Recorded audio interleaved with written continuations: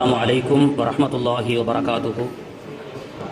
الحمد لله رب العالمين والصلاة والسلام على رسوله الكريم. أما بعد, அளவற்ற அருளாளனும் நிகரற்ற அன்புடையவனுமாகிய எல்லாம் வல்ல அல்லாஹுவின் திருநாமத்தால் போற்றி துவங்குகிறேன். கண்மணி நாயகம் முத்து முஹம்மது முஸ்தபா ரசூலுல்லாஹி ஸல்லல்லாஹு அலைஹி வஸல்லம் அன்னாருடைய ஷஃபாத்தை பெறக்கூடிய பாக்கியத்தை மறுமையிலும், அன்னாருடைய துவாவை பெறக்கூடிய பாக்கியத்தை இம்மையிலும், அன்னாரை கண்ணார கண்டு ஷஹாதத் சொல்லக்கூடிய பாக்கியத்தை கபரிலும், அன்னாரை மீண்டும் மீண்டும் வாழ்நாளிலே அதிகமாக ஜியாரத் செய்யக்கூடிய பாக்கியத்தை இந்த உலகத்திலும் அல்லாஹு தஆலா நாம் அனைவர்களுக்கும் தந்து அருள் புரிவானாக. ஆமீன் யா ரப்பல் ஆலமீன். தஞ்சை நகர வட்டார ஜமாத்துல் உலமா சார்பாக நடைபெற்று கொண்டிருக்கக்கூடிய இந்த ஹஜ்ஜி வழிகாட்டி வகுப்பு முகாம் மானம்பூச்சாவடி பள்ளிவாசலுடைய நிர்வாகத்தினுடைய ஆதரவோடு சிறப்பாக நடைபெற்று கொண்டிருக்கிறது. இதிலே வஃப்துல்லா என்று சொல்லக்கூடிய அல்லாஹுடைய விருந்தாளிகளாக இருக்கக்கூடிய ஹாஜிகள் ஆகிய நீங்கள் எல்லாம் கலந்து கொண்டிருக்கின்றீர்கள்.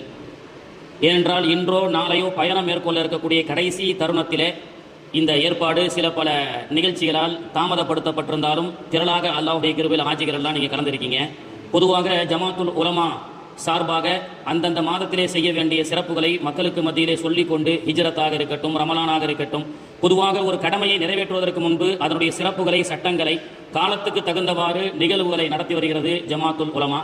அதுவும் மற்ற மாவட்டத்தை விட இந்த மாவட்டத்தினுடைய சிறப்பு என்னன்னு சொன்னால், அமர்ந்திருக்கக்கூடிய எல்லா உலமாக்களும் கிட்டத்தட்ட 3 ஹஜ்ஜிகள் 5 ஹஜ்ஜிகள் செய்த அனுபவசாலிகள். மற்ற மாவட்டத்தில் அந்த மாதிரி ஒரு பாக்கியம் கிடைக்காது. இப்போ அப்துல் ரஹ்மான் எடுத்துட்டீங்கன்னா எனக்கு தெரிஞ்சு ஒரு 5-10 ஹஜ்ஜி செஞ்சிருப்பாங்கன்னு நினைக்கிறேன். ஹாஜிகளுக்கு நிறைய ஹிதுமத் செய்த அனுபவம் உண்டு. நம்ம தலைவர், வட்டார தலைவர் அபு தாஹிர் ஹசரத்தாக இருக்கட்டும், காஜா ஹசரத்தாக இருக்கட்டும், தன்னுடைய அனுபவத்தை எப்படி சொல்றாங்க பாருங்க. பயணத்தில் நாம செய்யக்கூடிய சின்ன சின்ன தவறுகளால் ஏற்படக்கூடிய பெரிய பெரிய இதை பற்றிலாம் பேசுறாங்க. இல்மு என்பது வேறங்க, அனுபவம் என்பது வேற. 10 ஹஜ்ஜிகள் 5 ஹஜ்ஜிகள் செஞ்சு இந்த உலமாக்கள் நமக்கு இன்னைக்கு பாடம் நடத்தக்கூடிய பாக்கியம் வேற எந்த மாவட்டத்திலும் கிடையாது. திருநெல்வேலி மாவட்டத்தில் போய் ஜமாத்துல் உலமா நடத்தக்கூடிய நிகழ்ச்சியில் நீங்க போய் கலந்துக்கிட்டீங்கன்னா அங்க இருக்கக்கூடிய உலமாக்கள் ஹஜ்ஜி செஞ்சிருப்பாங்களா இல்லையான்னு தெரியாது.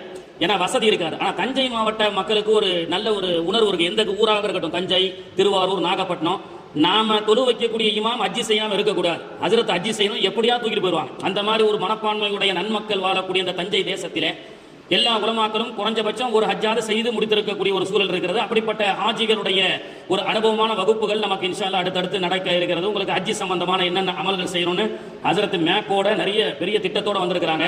இன்ஷா அல்லாஹ் நான் கொஞ்ச நேரம் பேசிட்டு முடிச்சிடறேன். ஏன்னா அனுபவம் என்பது வேற. என்னதான் குர்ஆன் ஹதீஸை படிச்சாலும் அந்த காலத்துல முஹம்மது ரஹ்மத்துல்லாஹ்னு நினைக்கிறேன் ஒரு பெரிய மேதை அரபியில ஹஜ்ஜி உம்ரா செய்வது எப்படி அப்படின்னு சொல்லி ஒரு புத்தகத்தை எழுதியிருக்கிறாங்க. அந்த புத்தகம் அரபு தேசம் முழுக்க பெரிய ஃபேமஸ்.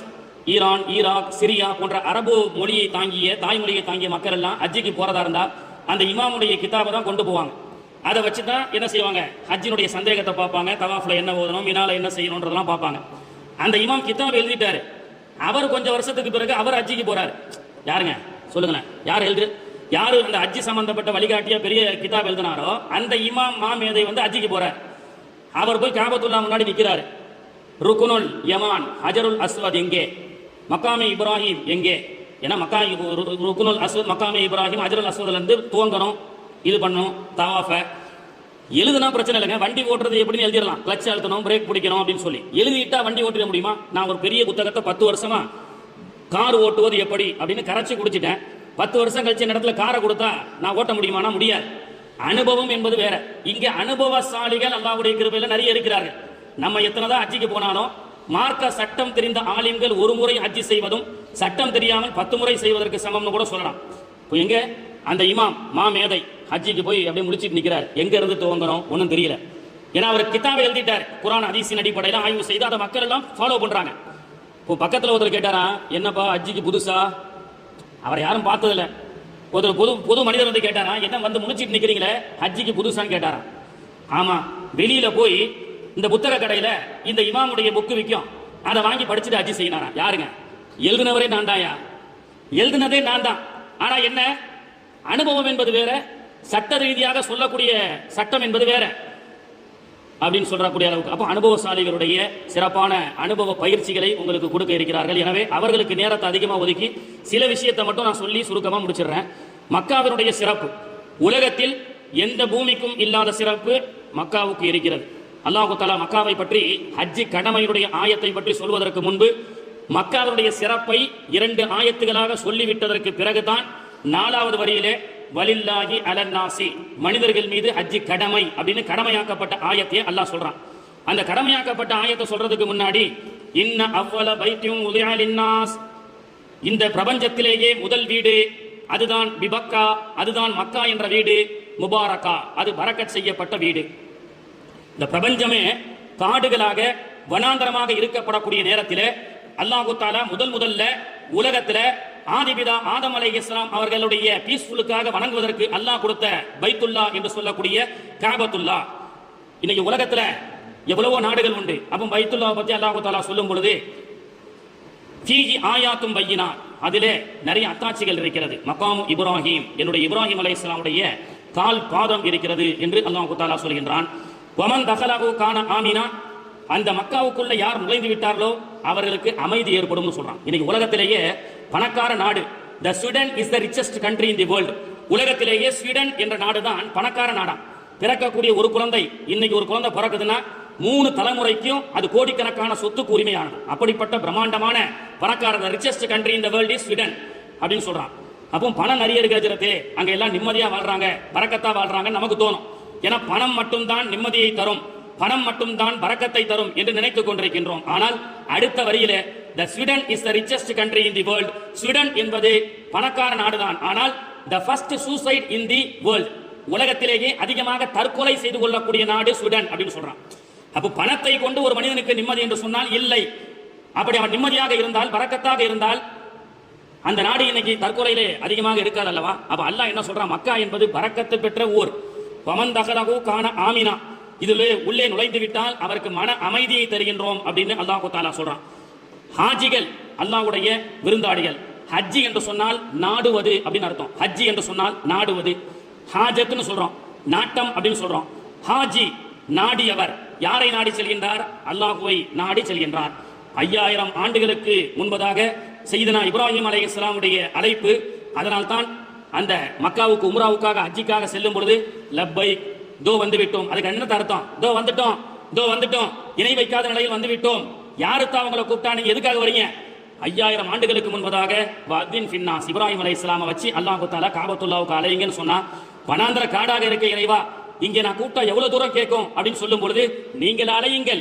அப்படி அவர்கள் அழைக்கும் பொழுது ஆலமே அருவாகிலே யாரெல்லாம் இருந்தீர்களோ, யாரெல்லாம் அந்த இப்ராஹிம் அலைஹிஸ்ஸலாமுடைய முஅத்தின் அதானுக்கு லப்பைக் என்று சொன்னார்களோ, அவர்களை எல்லாம் அல்லாஹு தஆலா பூத உடலை கொடுத்து இந்த உலகத்தில் வாழக்கூடிய காலகட்டத்திலே ஹஜ்ஜிக்காக உம்ராவுக்காக அல்லாஹு தஆலாவுடைய விருந்தாளியாக அழைத்துக் கொள்கின்றான். விருந்தாளி வீட்டுக்கு வந்தாங்கன்னா என்ன செய்வோம்? வாங்கத்தான் முசாபா செய்வோம். அதே போன்று ஸல்லல்லாஹு அலைஹி வஸல்லம் அவர்கள் சொன்னார்கள், அபூ ஹுரைரா ரலியல்லாஹு அன்ஹு அவர்கள் அறிவிக்கின்ற ஹதீஸ் இருக்கின்றது. அதாவது வீட்டுக்கு வந்த விருந்தாளியை அந்த வீட்டுக்காரர் முசாபா செய்வதை போன்று அல்லாஹ் ஹாஜிகளை முசாபா செய்கின்றான். எப்படி செய்கின்றான்? இப்னு அப்பாஸ் ரலியல்லாஹு அன்ஹு அவர்கள் அறிவிக்கின்றார்கள், இன்ன ஹாதர் ருக்னுல் அஸ்வத், ஹஜருல் அஸ்வத் என்ற கல்லை யார் இஸ்லாம் செய்வார்களோ ஹுவ யமீனுல்லாஹ், அது அல்லாஹ்வுடைய கை அப்படின்னு சொல்றாங்க. அப்போ ஹஜருல் அஸ்வதை முத்தமிட்டால் அல்லது தூரத்திலிருந்து இஸ்லாம் செய்து நாம் அதை முத்தமிட்டால் அது அல்லாஹ்வை முசாபா செய்வதற்கு சமம். அப்ப அல்லாஹ்வோடு முசாபா செய்யக்கூடிய பரக்கத்து ஹஜருல் அஸ்வதை முத்தமிடுவதை கொண்டு கிடைக்கின்றது. அதுக்கப்புறம் அந்த ஹதீஸ் சொல்றாங்க, யுசாஃபஹு பிஹி இபாதிஹி முசாஃபஹத்தர் ரஜுலுல் அஹு, ஒரு சகோதரர் இன்னொரு சகோதரரோடு எப்படி முசாபா செய்யக்கூடிய பாக்கியம் கிடைக்கின்றதோ அதே போன்று எதுல்லா என்று சொல்லக்கூடிய அல்லாஹ்வுடைய கையை முசாபா செய்யக்கூடிய பாக்கியம் ஹாஜிகளுக்கு கிடைக்கின்றது. அப்ப முசாபா செஞ்சு வர வச்சிட்டோம், அல்லாஹ் நம்மளை வர வச்சுட்டான். அடுத்து என்ன செய்யறோம்? தவாஃப் செய்கின்றோம். தவாஃபை முடித்ததற்கு பிறகு அல்லாஹ் நமக்கு முபாரக்கான மாவை தருகின்றான். மா அஸம்ஸம், உலகத்திலேயே ஒரு தண்ணீர், அந்த தண்ணீரை நம்முடைய தாகத்துக்காக குடித்தாலும் சரி, பசிக்காக குடித்தாலும் சரி, அந்த தண்ணீரின் மூலமாக குடிக்கும் பொழுது என்ன நீயத் வைக்கப்படுகின்றதோ, என்ன எண்ணுகின்றாரோ அந்த நீயத்தை அல்லாஹு தஆலா கபூல் செய்யக்கூடிய ஒரு முபாரக்கான மா ஜம்சம் அங்கே இருக்கின்றது. இப்போ அல்லாஹ்வை முசாபா செஞ்சாச்சு, அல்லாஹ் கொடுத்த உணவை அருந்தியாச்சு. இப்போ வஃப்துல்லா என்ற விருந்தாளிகளாக நாம் என்ன செய்து விட்டோம்? காபத்துல்லாவுக்கு சென்று விட்டோம். அடுத்து அல்லாஹ் என்ன சொல்றான்? ஹஜ் உம்ராவுக்காக செல்லக்கூடிய ஹாஜிகள் அல்லாஹ்வுடைய விருந்தாளிகளாக என்ன செய்கின்றார்கள்? ஹஜருல் அஸ்வதை தவாஃபின் போது அவர்கள் முத்தமிடுகின்றார்கள். தூரத்திலிருந்து அவர்கள் இஷாரா செய்து முத்தமிட்டாலும் முத்தமிட்டதற்கு சமம். அல்லாஹ் முசாபா பண்ணியாச்சு, ஜம்சம் தண்ணியை குடிச்சாச்சு, சஃபா மர்வா ஓடியாச்சு, உம்ரா முடிஞ்சு போச்சு. இப்போ அல்லாஹ் அழைச்சிட்டான். அல்லாஹ் நமக்கு எவ்வளவு பரக்கத்து கொடுத்திருக்கிறானோ அந்த அளவுக்கு நம்ம உம்ராவுக்கு போனா முடிஞ்சா கிளாக் டவர், இல்லைன்னா ஹில்டன் டவர், இல்லைன்னா கொஞ்சம் தள்ளி புரூஜுல் ஃபராக், இல்ல அந்த ரூமுக்கும் வசதி இல்லைன்னு சொன்னா கொஞ்சம் தள்ளி, கொஞ்சம் நமக்கு அல்லாஹ் என்ன சக்தி கொடுத்திருக்கிறானோ அந்த ரூம்ல போய் தங்கி நாம என்ன செய்யறோம், மக்காவில உம்ராவை செய்யறோம். சராசரி காலத்திலும் சரி, ஹஜ்ஜிக்காக சென்றாலும் சரி. இப்போ உம்ராவுக்காக செல்லக்கூடிய ஹாஜிகள் அல்லாஹ்வுடைய விருந்தாளிகள். நான் கூப்பிட்டேன், நீங்க எல்லாம் வந்துட்டீங்க, உம்ராவுக்காகவோ ஹஜ்ஜிக்காகவோ வந்துட்டீங்க. வந்து நான் கொடுத்த உங்களுக்கு கொடுக்கப்பட்ட தகுதியின் அடிப்படையில் உங்களுடைய வசதிக்கேற்ப நீங்கள் வீடுகளில் தங்கிட்டீங்க. அப்புறம் உம்ரா செஞ்சு முடிச்ச உடனே கூப்பிட்டது யாரு? அல்லாஹ் பிரதிநிதியாக கூப்பிட்டது யார் தான்? யார் அழைச்சா? கலீலுல்லா இப்ராஹிம் அலைஹிஸ்ஸலாம் அழைச்சிருக்காங்கல்ல, என் வீட்டுக்கு வந்துட்டு போயிட்டீங்கல்ல. இப்போ கலீலுல்லா இப்ராஹிம் வீட்டுக்கும் போகணுமா இல்லையா? அப்படி கலீலுல்லா இப்ராஹிம் வீட்டுக்கு செல்லக்கூடிய தருணம் தான் ஹஜ்ஜி. மீனா நீங்கள் சென்று பிற 8 அன்று தங்குகிறீர்களே, அங்கே தங்கிவிட்டு அரஃபாவுக்கு செல்கின்றீர்கள். முஸ்தலிஃபாவிலே இரவிலே கலக்கின்றீர்கள். பகலிலே நீங்கள் ஷைத்தானுக்கு கலியறுகிறீர்கள். நீங்கள் குர்பானி கொடுக்கின்றீர்கள், மொட்டை அடிக்கின்றீர்கள். எல்லாமே பாரம்பரிய இப்ராஹிம் அலைஹிஸ்ஸலாமுடைய வரலாற்றை அல்லாஹ் தஆலா செய்ய சொன்னான். உலகத்திலேயே ஹஜ்ஜி என்ற கடமை மட்டும்தான் லாஜிக்கா தோணாது. தொழுகிறோம், லாஜிக்கா உடற்பயிற்சி இருக்கு. நோன்பு வைக்கிறோம், லாஜிக்கா மெடிக்கல் சம்பந்தப்பட்ட பல மருத்துவ குணங்கள் நோன்புல இருக்கு. லாஜிக்கா சக்காத்துல ஏழைகளுக்கு உதவி செய்கின்றோம், லாஜிக் இருக்கு. ஆனா ஹஜ்ஜில லாஜிக்கெல்லாம் பார்க்க கூடாது. அல்லாஹ் என்னுடைய ஆஜராமா ஓடுனாங்க, நல்லா சஃபா மர்வால ஓட சொன்னா ஓடணும். அந்த அம்மா 5000 வருஷத்துக்கு முன்னாடி ஓடிட்டாங்க, நான் ஏன் ஓடணும்னு யாரும் கேட்க முடியாது. சவுதியை ஆளக்கூடிய அரசனாக இருந்தாலும், புர்னாயை ஆளக்கூடிய அரசனாக இருந்தாலும் அல்லாஹ் என்ன சொல்றான்? என்னுடைய ஹாஜரா அம்மா குழந்தையை போட்டுட்டு தண்ணிக்காக ஓடுனாங்கல்ல, ஓடுன்றான். That running is alike, என்னுடைய அந்த ஓட்டம் எனக்கு பிடித்தது, எனவே இங்கே வரக்கூடியவர்கள் ஓடுன்றான். என்னுடைய கலீல் இப்ராஹிம் அவர் தானே அழைச்சாரு, என் வீட்டுக்கு வந்துட்டு போயிட்டீங்கல்ல, இப்ராஹிமுடைய வீட்டில் போய் தங்குங்கன்னு அல்லாஹ் அந்த 5-6 நாட்கள் இப்ராஹிம் அலைஹிஸ்ஸலாம் வாழ்ந்த பகுதியான மினாவிலே அல்லாஹ் தங்க சொன்னான். இன்னொன்னு, ஹஜ்ஜிக்காக முதல்ல சென்ற ஹாஜிகளிலேயே இந்திய தமிழர் என்று சொல்லலாம். ஆதிபிதா ஆதம் அலைஹிஸ்ஸலாம் அவர்கள் தான் முதலிலே காபத்துல்லாவுக்கு சென்று தரிசனம் செய்த ஒரு நபி. ஆதிபிதா ஆதம் அலைஹிஸ்ஸலாம் யாரு? இலங்கையிலே இறங்கி இங்கிருந்து நம்முடைய அம்மாவை தேடி எங்கே செல்கின்றார்கள்? அரஃபாவுக்கு செல்கின்றார்கள். அதனால தான் ஸல்லல்லாஹு அலைஹி வஸல்லம் அவர்கள் சொன்னாங்க, இந்த பூமி என்பது அரஃபாவிலே இருந்து சொன்னார்கள், இந்த பூமி என்பது எனக்கு முன் வாழ்ந்த எல்லா நபிமார்களும் கால் பதிந்த இடம் இது அரஃபா. அப்ப முதல்ல ஹஜ்ஜிக்காக சென்ற மனிதர் யாரு? ஆதிபிதா ஆதம் அலைஹிஸ்ஸலாம். என்னுடைய நபிமார்கள் கால் பதிந்த இடத்திற்கு நீங்கள் செல்லுங்கள். நபிமார்கள் வேண்டுமானால் ஆதிபிதா ஆதம் அலைஹிஸ்ஸலாம் இலங்கையில் இறங்கிய ஒரு தமிழராக இருக்கலாம். இப்ராஹிம் அலைஹிஸ்ஸலாம் அவர்கள் பலஸ்தீனிலே பிறந்த பலஸ்தீனராக இருக்கலாம். இன்னும் எத்தனை நபிமார்கள் பிறப்பால் யமனிகளாக, சிரியா நாட்டை சார்ந்தவர்களாக, ஈரான் ஈராக்கை சார்ந்தவர்களாக இருக்கலாம். ஆனால் நபிமார்கள் உலகத்தில் பல தேசங்களிலே பிறந்திருந்தாலும் எல்லா நபிமார்களுடைய புனித கால் பாதம் பதிந்த இடம்தான் மக்கா. அதைத்தான் அல்லாஹ் சொல்றான், இன்ன அவ்வள பைத்தின் உதய அலின்னாஸ் லல்லதி பி பக்கத முபாரகா அப்படின்னு அல்லாஹ் தஆலா சொல்லி காட்டுகின்றான். என்னுடைய இஸ்மாயில் அலைஹிஸ்ஸலாம குர்பானி கொடுக்கும் போது, கழுத்து அறுக்கும் போது, முஸ்தலிஃபாவுல இரவுல இப்ராஹிம் அலைஹிஸ்ஸலாம் தன்னுடைய மகனோடு சம்பாஷணை செய்துவிட்டு தாராளமாக அறுப்பல் அப்படின்னு கழுத்தை கொடுக்க துணிந்தார்களே, அந்த ஆலோசனை நடந்த இடம் தான் முஸ்தலிஃபா. அங்கே இரவிலே சென்று நீங்கள் தங்கிவிட்டு ஃபஜர் தொழுது விட்டு அடுத்து நீங்கள் புறப்படக்கூடிய வழியில் தான் ஜம்ராத்ல கல்லெறிறீங்க. இஸ்மாயில் அலைஹிஸ்ஸலாம் கூட்டு போறாங்கல்ல, ஷைத்தான் வழிகெடுப்பதற்காக இஸ்மாயில் அலைஹிஸ்ஸலாமுடைய இடத்துக்கு வருகின்றான். அப்பொழுது இஸ்மாயில் அலைஹிஸ்ஸலாம் சின்ன வயசு பையன் தானே, ஷைத்தான் வழிகெடுக்கும் பொழுது ஷைத்தான் அவர் என்ன AK-47 வச்சா சுட முடியும்? சின்ன பையன் எதிர்ப்பு எப்படி காட்டுவாரு? கல்லை தூக்கி போடுவார். அந்த கல்லை தூக்கி போட்ட செய்தியையும் அல்லாஹ் தஆலா ஹஜ்ஜிலே ஒரு வழக்கமாக ஆக்கி வைத்திருக்கின்றான். அதுவும் எப்படி தெரியுமா? என்னுடைய இஸ்மாயிலே கல் எடுத்து போடும்போது லெப்ட் சைட்ல மக்கா, வலது பக்கத்துல மினா, மினா வலது பக்கமும் இடது பக்கம் மக்காவின் அடிப்படையில் என்னுடைய இஸ்மாயில் கல்லை தூக்கி போட்டாரு. அவர் போட்ட சைஸ்ல அவர் நின்ற தரப்புல நிக்கணும் அல்லாஹ் தஆலா சொல்லி காட்டுகின்றான். இப்படியாக மக்காவினுடைய வரலாறுகள் ஏராளம். மக்காவிலே புறாக்களுக்கு தீனி போடக்கூடிய ஒரு இடம் இருக்கிறது. நிறைய பேசலாம், நேரத்தை கருதி சுருக்கமாக சொல்லி காட்டுகின்றேன். மக்காவினுடைய ஒவ்வொரு செவரும் நல்ல வரலாற்றை சொல்லக்கூடியது, ஒவ்வொன்றும் நம்முடைய தக்குவாவை அதிகப்படுத்தக்கூடியது. புறாவுக்கு தீனி போடுகின்றோம் அல்லவா, அந்த புறாவிற்கும் வரலாறு உண்டு. பெருமானார் அவர்களையும் சித்திக் நாயகத்தையும் சௌரு என்னும் குகையிலே தாஹா நபி மடியிலே தாளால பகை சூழ்ந்து தாக்கிய போது, தன் மீது கருணாகம் தீண்டிய போது, அருமையான தோழருக்கு துன்பமேதும் வந்திராமல் பொறுமையோடு அதனை நின்ற தூயவர் அபூபக்கர் சித்திக் ரலியல்லாஹு அன்ஹு. அந்த அவர்கள் இருவரையும் பாதுகாத்த ஒரு ஜோடி புறா இருக்கிறது அல்லவா, அந்த புறா முட்டையிட்டது அல்லவா, அந்த முட்டையின் மூலமாக வரக்கூடிய குஞ்சுகள் தான் பெருத்து பல்கி அந்த புறாவினுடைய வாரிசுகள் தான் இன்னைக்கு மக்காவுடைய புறாவாக இருக்கிறது என்று சொல்லி மக்காவில் இருக்கக்கூடிய புறாக்களுக்கும் வரலாறு உண்டு சகோதரர்களே. இப்படியாக பெருமானார் அவர்கள் ஒற்றை சிறப்பை மட்டும் சொன்னால் போதும். அரஃபாவிலே பெருமானார் அவர்கள் அரஃபா பெருவெளியிலே எல்லா லட்சக்கணக்கான சஹாபாக்கள் இருக்கும் பொழுது சொன்னார்கள், ஓ சஹாபாக்களே, இந்த இடம் எப்படிப்பட்டது தெரியுமா? ஆதிபிதா ஆதம் அலைஹிஸ்ஸலாம், அய்யூப் அலைஹிஸ்ஸலாம், ஷுஐப் அலைஹிஸ்ஸலாம், மூசா அலைஹிஸ்ஸலாம், சுலைமான் அலைஹிஸ்ஸலாம், உலகத்திலே எத்தனை நபிமார்கள் வந்தார்களோ அத்தனை நபிமார்களும் கால் பதிந்த சிறப்பான இடம். அதற்கும் மேலாக அரஃபா ஆதிபிதா ஆதம் அலைஹிஸ்ஸலாமும் நம்முடைய அம்மாவும் சந்தித்த இடம், திருமணம் முடிந்த இடம், மஸ்ஜிதே நபியா. அந்த இடத்துல ரசூலுல்லாஹ் சொல்றாங்க, எல்லா நபிமார்களும் இந்த இடத்திற்கு வந்திருக்கிறார்கள், நாமும் வந்திருக்கின்றோம். அல்லாஹ் உங்களுக்கும் அந்த பாக்கியத்தை கொடுத்திருக்கின்றான், எல்லோருக்கும் அந்த பாக்கியத்தை அல்லாஹ் கொடுக்க வேண்டும். அந்த இடத்தை பத்தி ரசூலுல்லாஹ் சொல்றாங்க, எல்லா நபிமார்களும் வந்த இடம், இந்த இடத்தில் நான் ஒன்றை ஓதுகின்றேன், நீங்களும் ஓதுங்கள். முந்தைய நபிமார்களும் ஓதி இருக்கிறார்கள். அரஃபாவுல ஹஜ்ஜிக்கு ஒன்றும் பிரத்யேகமாக பெரிய துவாக்களே கிடையாதுங்க. சின்ன வயசுல மக்தபில் நமக்கு சொல்லி கொடுத்த சுபஹானல்லாஹி வல்ஹம்துலில்லாஹி வலா இலாஹா இல்லல்லாஹு வல்லாஹு அக்பர் வலா ஹவ்ல வலா குவத்த இல்லா பில்லாஹில் அலியில் அலீம் தலாம் செய்யும் போது பெரும்பாலும் ஓதக்கூடிய மூன்றாம் கலிமா. இதுல அரஃபாவுல ரசூலுல்லாஹ் சொல்றாங்க, நாலாம் கலிமாவை ஓதுறாங்க. எல்லா நபிமார்களும் இதைத்தான் ஓதினார்கள், நானும் ஓதுகின்றேன், நீங்களும் ஓதுங்கள். என்ன? லா இலாஹா இல்லல்லாஹ் வஹ்தஹு லா ஷரீக லஹு லஹுல் முல்கு வ லஹுல் ஹம்து வ ஹுவ அலா குல்லி ஷைஇன் கதீர் என்பதை எல்லா நபிமார்களும் ஓதியிருக்கின்றார்கள், நானும் ஓதுகின்றேன் அப்படின்னு ஸல்லல்லாஹு அலைஹி வஸல்லம் அவர்கள் சொன்னார்கள். இப்படியாக முதல்ல செல்வதற்கு முன்பு அதனுடைய வேல்யூவை தெரியணும். ஒரு டைமண்ட் கல்ல கொண்டு போய் செங்கல் சூளையில கொடுத்தா அவன் ஒரு கூழாங்கல்ல தூக்கி போடுவான். அந்த மாதிரி உலகத்துல பணம் இருக்குன்னு சில பேர் ஹாஜிகள் புறப்படுறாங்க, யாரும் தப்பா நினைக்க கூடாது. ஒரு அஜர் சொன்னாப்ல, வினால ஒரு அம்மா டெய்லி போன், வினா 8 அன்னைக்கு அங்க அஜில போய் புனிதமான அந்த இடத்துல உட்கார்ந்து இருக்கோம். அந்த அம்மா போன் எடுத்து, என்ன ஆச்சு இன்னைக்கு கல்யாணம் நடக்கலையா, என்ன ஆச்சு, இதுவும் ஆச்சு, ஏன் அவன் மோசமான பையன் அப்படின்னு ஏதோ ஆதங்கமா பேசிட்டு இருக்கு. அஜரத்து பக்கத்துல உட்கார்ந்து, அந்த அம்மாக்கு என்ன பிரச்சனையோ தெரியல, யா அல்லாஹ் அந்த அம்மாவுடைய பிரச்சனையை தீர்த்து வை. ஏன்னா அந்த அம்மா போன்ல டெய்லி அவ்வளவு ஆக்ரோஷமா பேசுறாங்க. என்ன அப்படின்னு கேட்டு கூட இருக்க அம்மா, என்ன ஆகிறது, இல்ல அந்த அம்மாக்கு என்ன பிரச்சனையோ தெரியல, கல்யாணம் நடந்ததா தெரியல, நடக்கலையான்னு தெரியல, என்ன ஆச்சுன்னு தெரியல, இவன் என்ன அவன் என்னன்னு கேட்டுட்டு இருக்காங்க, குடும்பத்துல என்ன பிரச்சனையோ தெரியலன்னு ஒரு அம்மா கிட்ட சொல்லும் போது அந்த அம்மா கூட வந்த அம்மா சொல்லிச்சான், அது ஒன்னும் நிஜ வாழ்க்கையில் ஆகிறது, செம்பருத்தி சீரியல்ல என்ன நடந்ததுன்னு பேசிட்டு இருக்காங்க. மினால உட்கார்ந்து செம்பருத்தி சீரியலை பத்தி மினால பேசிருக்காங்க. ஏன் தெரியுமா? காசு லட்ச லட்சமா இருக்கு, அதை வச்சு ஏதோ ஒரு ஹஜ் டிராவல்ஸ்ல போய் உம்ராவுக்கு மக்காவுக்கு போயிடுறது, வேல்யூபிள் தெரியறது இல்ல.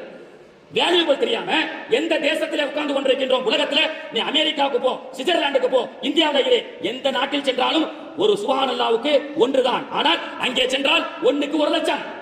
இந்த வேல்யூபிள் தெரியறது இல்ல. ஆனா டீ சாப்பிடும் போது மட்டும் ஹாதா கம் ரியால் சலாச ரியால் அப்படின்றான், 3 ரியால். அஜரத்தே 3 ரியால்னா நம்ம ஊருக்கு எம்புட்டு, அந்த கணக்கு மட்டும் பாக்குது. 3 ரியால்னா எம்புட்டு அஜரத்து? 20 × 3 60 ரூபாய். அஜரத்து 60 ரூபாய் கிட்டியா, வேணாம் அஜரத்து அப்படின்னு.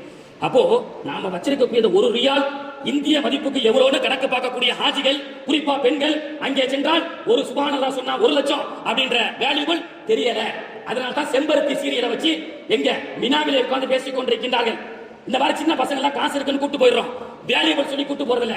ஹரமுக்கு முன்னாடி உட்கார்ந்து கேம்ஸ் விளையாடிட்டு இருக்கான். செல்ஃபி, அது எனக்கு முன்னாடி அஜர் சொன்னாங்களே, செல்ஃபி எடுப்பது, வீண் விளையாட்டில் ஈடுபடுவது, இது போன்ற விஷயங்கள் எல்லாம் மக்காவிலே சென்று செய்கிறார்கள் என்று சொன்னால் அதனுடைய வேல்யூபிள் தெரியல. அதனால தான் அல்லாஹ் தஆலா வதஸவது ஃபஇன்ன கைர ஸாதி தக்வா, தக்வாவோடு போ, அதனுடைய வேல்யூபிள் தெரிஞ்சு போங்க.